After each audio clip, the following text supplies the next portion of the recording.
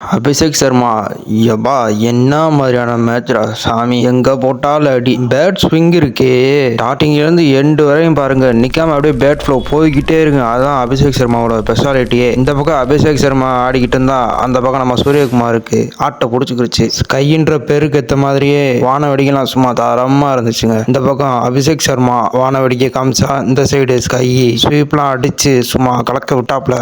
கிஷானே சும்மா சொல்லக்கூடாதுங்க, 2 ஓவர் தான் பிடிச்சாலும் 23 ரன், 2 6 2 4 காய்ச்சிட்டு போயிட்டே இருந்தாப்ல. பவுலிங்ல ஜஸ்பிரீத் பும்ரா பேக். ஹர்திக் பாண்டியா இந்தியன் டீமுக்கு சரியான பிளஸ்ஸா இருக்காப்ல. ஃபீல்டிங்லயும் சரி, பவுலிங்லயும் சரி, பேட்டிங்லயும் சரி, என்ன கொடுத்தாலும் பண்ணுவேன். ஆனா அந்த இன்ஜுரி மட்டும் வரமா பாத்துக்கணும், அவ்வளவுதான் தலைவனுக்கு. அப்புறம் ரவி பிஷ்னாய் மிடில் ஓவர்ஸ்லாம் செம்மையா போட்டாருங்க. அவரை பிக் பண்ணவே முடியல, குவிக்கரா போட்டாரு. 105 கிலோமீட்டர்ல போட்டாரு.